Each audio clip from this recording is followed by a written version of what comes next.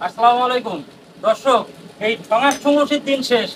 হেমারের বাংলাদেশে প্রথমবারের মতো আমাদের এই ভাই এই হেমারটা তৈরি করেছে। আগে এক সময় ছিল যে উচ্চ মূল্যে দুইজন কর্মচারী রাখতে হতো এই লোহা পিটানোর জন্য। আবার 10 মিনিট কাজ করার পরে তারা আধা ঘন্টা বিরতি নিত, কাজের অনেক ক্ষতি হতো। এখন কিন্তু সেই সময়টা আর লাগে না। এখন খুব অল্প সময়ের ভিতরে এই হেমার দিয়ে এই লোহা পিটনের কাজ করে।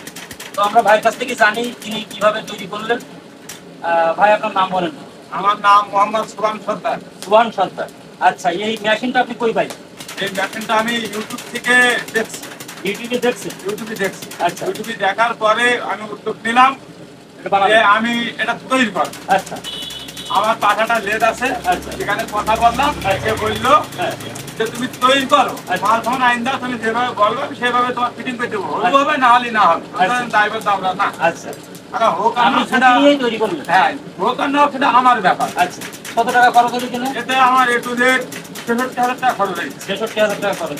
আচ্ছা, এখন যদি কেউ করতে চায় তা আপনি করে দিতে পারবেন কি? হ্যাঁ আমি করে দিতে পারবো, কেন পারবো না। আমার এক জাহিদ ভাই, এত যে হিন্দুদের মুসলমান হোক, আচ্ছা সেটা আমার জাহিদ ভাই। আচ্ছা আচ্ছা তার যদি কাজের সুবিধার্থে বাঙালিকেও নিতে চাই, হুম।